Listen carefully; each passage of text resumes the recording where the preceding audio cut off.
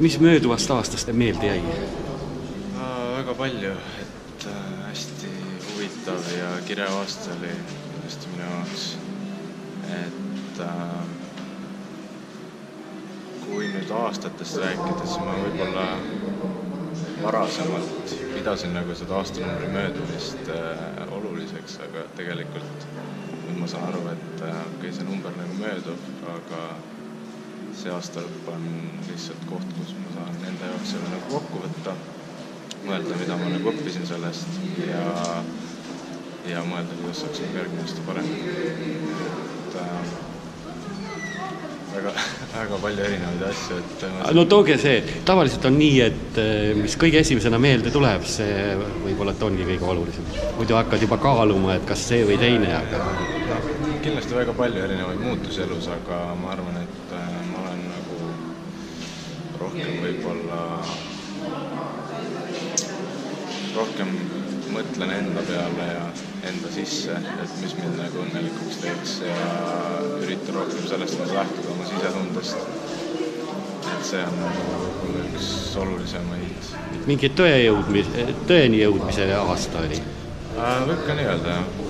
Võib ka nii öelda. Et eks see kandub edasi ka järgmisse aastasse, aga see on veidi siuke asi, millega ma olen tegelenud. Aga võib-olla mingi konkreetne sündmus, kellegagi kohtusite, midagi juhtus, kas sellist asja ka midagi jääb meelde? Absoluutselt, jah. Ma olen konkreetne sündmus, mis ma olen teinud on, ma olen seoses sellega, mis ma just rääkisin, ma olen nagu kuulanud ennast ja küsinud endalt, et mis mu hirmud on, mida ma kardan. Ja siis ma olengi nagu mõelnud, okei, ma kardan seda asja, järelikult ma pean seda tegema. Ja selle tõttu ma olen rääkinud paljude inimestel, kellega ma muidu ei oleks võib-olla rääkinud. Ma tundsin, et ma ei tea, kas ma ei taha või ma kardan või midagi sellist rääkida endaga, siis ma olengi nagu just nimelt sellel eesmärgil läinud nende juurde ja rääkinud ja nii palju õppinud uusi asju enda kohta, nende kohta ja lasknud nagu minna nendel hirmudel. Vaat siin tekib kohe küsimus, et kellena te töötate või mis alal te tegutsete? Ma töötan IT-s. IT-haridusega. Ja sellised kohtumised, kus te inimeste juurde lähete ja midagi... See ei ole isegi nagu tööga seotud. See ei ole absoluutselt tööga seotud, et see on lihtsalt, ma üritan nagu selgusele saada, et kes ma nagu ise olen ja mis mu siuke kõrgem kutsumus on või sellist. Ja olete enam-vähem jõudnud järeldusele, mis see võiks olla? Ei ole, ma arvan, et ma ei ole. Et olete teel alles? Aga jah, ma pean kindlasti nagu palju õppima ja avastama, aga selles suhtes, kui nüüd sellest aastast rääkida, ma olen nagu palju seda teinud ja see on kindlasti üks asi, mis on nagu selle aasta väga huvitavaks muutunud minu jaoks.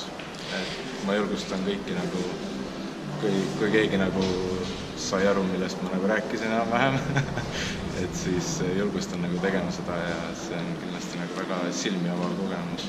No mina saan sellest aru umbes nii, et ise ennast otsima julgustada. Et rohkem enda sisse vaatama, mitte väljaspoolt õnne otsima, vaid nagu enda sisse vaatama ja nagu endaga rahu tegemine.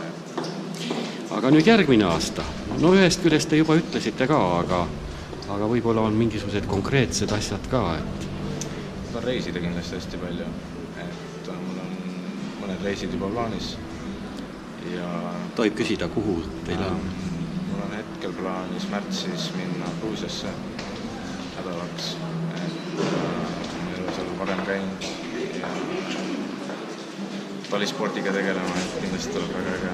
Ja tahan nagu kogeda hästi palju, võimalikult palju uusi asju ja läbi selle täpselt õppida enda jaoks. Avastada mingeid uusi vaatepunkte, võib-olla lükata mingisugused oma eelarvamused ümber mingite asjade suhtes. Nii et tuleb ka üks enese otsimise ja leidmise aasta. Et ma pühendan järgmise aasta endale ja et ma saaksin järgmise aasta lõpus tagasi vaadata, et 2018 oli veel parem aasta kui see aasta võib-olla.